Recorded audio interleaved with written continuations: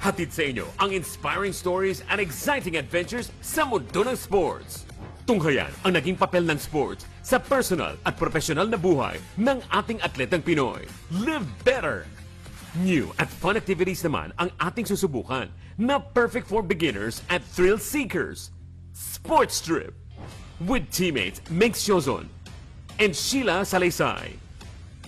PTV Sports Weekend. Sabado, alas 4:30 ng hapon, dito lang sa PTV.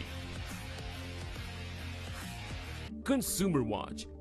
Mga praktikal na paraan sa pagtitipid at wastong paggamit ng tubig. Hugasan agad ang mga plato para mas madaling linisin ang mga ito. Bawasan ang pagdidilig ng mga halaman at gawin lamang ito tuwing madaling araw o sa hapon. I-defrost sa chiller ang mga gagamiting karne at iba pang frozen food para hindi na kailangan gumamit ng tubig. Gamitin ang full load ng washing machine tuwing maglalaba at maglagay lamang ng tamang dami ng sabon o detergent. Iksian ang shower time o pagligo. Kung maaari, gumamit na lamang ng timba at tabo. Gamitin ang pinagbanlawang tubig sa paglalaba, sa pag-flush ng toilet bowl. Malaking tulong din ang tamang paggamit ng dual flush para makatipid ng tubig. Sa mga opisina, maiging i-switch off ang main valve ng tubig kapag wala ng tao. At para malaman kung may tagas ang linya ng tubig na nagdudulot ng malaking aksaya, i-check ang metro sa hating gabi o sa madaling araw kapag wala nang gumagamit. Maging bahagi ng solusyon at sama-sama tayong umaksyon. Dapat laging listo.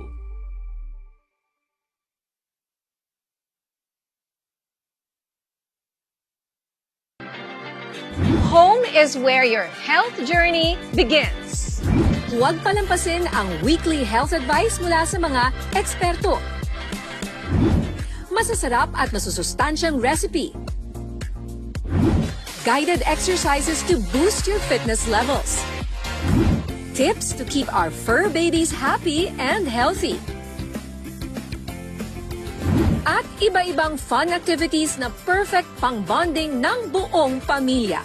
Ito po si Nina Corpus. Samahan niyo kami tuwing Sabado, alas 7 ng umaga para sa simula ng healthier and happier lifestyle ng buong pamilya. Health at Home. Dito lang sa inyong People's Television. Disaster Watch. Alamin ang mga dapat ilagay sa go bag bilang paghahanda sa anumang sakuna. Maglagay ng tubig na maiinom at mga pagkaing hindi madaling masira.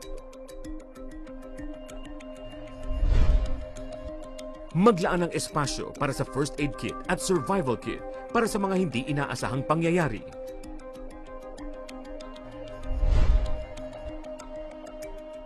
Huwag kalimutan ang toiletries para mapanatili ang kalinisan sa katawan. Samahan din ang mga damit at beddings na magtatagal ng ilang araw. At para ligtas at may alam, magdala ng personal protective equipment at mga teknikal na gamit. Sa panahon ng kalamidad, dapat laging listo. Disaster Watch. Alamin ang Modified Tropical Cyclone Wind Signal System para sa mga parating na bagyo. Signal number 1. Isa itong tropical depression na nagtataglay ng bahagyang lakas ng hangin at tatama sa loob ng 1.5 araw. Walang pasok ang mga bata sa preschool. Signal number 2. Ito ay tinatawag na tropical storm na may dalang katamtamang lakas ng hangin at posibleng tumama sa loob ng 24 oras. Pinapayuhan ng lahat na isecure ang kanilang mga bahay at kagamitan. Wala ring pasok ang mga mag-aaral mula preschool hanggang high school. Signal number 3. Ito ay severe tropical storm na posibleng tumama sa loob ng 18 oras. Pinapayuhan ng mga residente na lumikas sa mababang lugar, baybayin at tabing ilog, at maghanda ng pagkawala ng kuryente at komunikasyon. Walang pasok sa lahat ng antas ng edukasyon. Signal number 4. Ito ay isang ganap na typhoon na maaaring tumama sa loob ng 12 oras at nagtataglay ng napakalakas na hangin. Bawal ang maglakbay at dapat ay nakalikas na mula sa mga mapanganib na lugar. Signal number 5. Ito ay isang super typhoon na nagtataglay ng napakalakas na hangin at posibleng magdulot ng malawakang pinsala. Manatili sa loob ng matitibay na gusali at mag-monitor ng mga weather update para sa inyong kaligtasan. Sa panahon ng bagyo, dapat laging listo.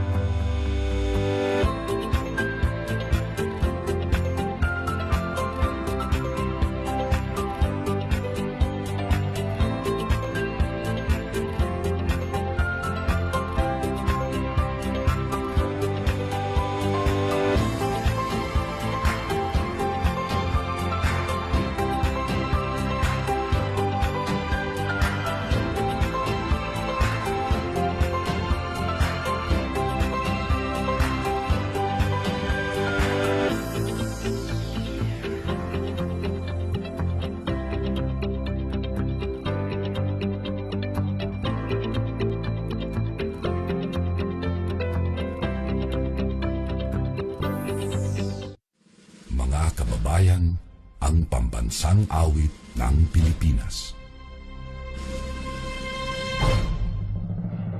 Kayang magiliw, dalas ng sinakanan, alam ng puso, sa titik mo'y buhay. Lupang tinirang, tuyag ka ng magiting, sa manlulupin, di ka pasisitin, sa nagatak tutok sa simoy at sa langit mo pagaw, ay hinagang tulakaw, sa paglayang minamahal, ang isang at mo'y tagumpay na naghihindig, ang bituin at araw niya kailan, ang ay di maghihindig, lumalakay.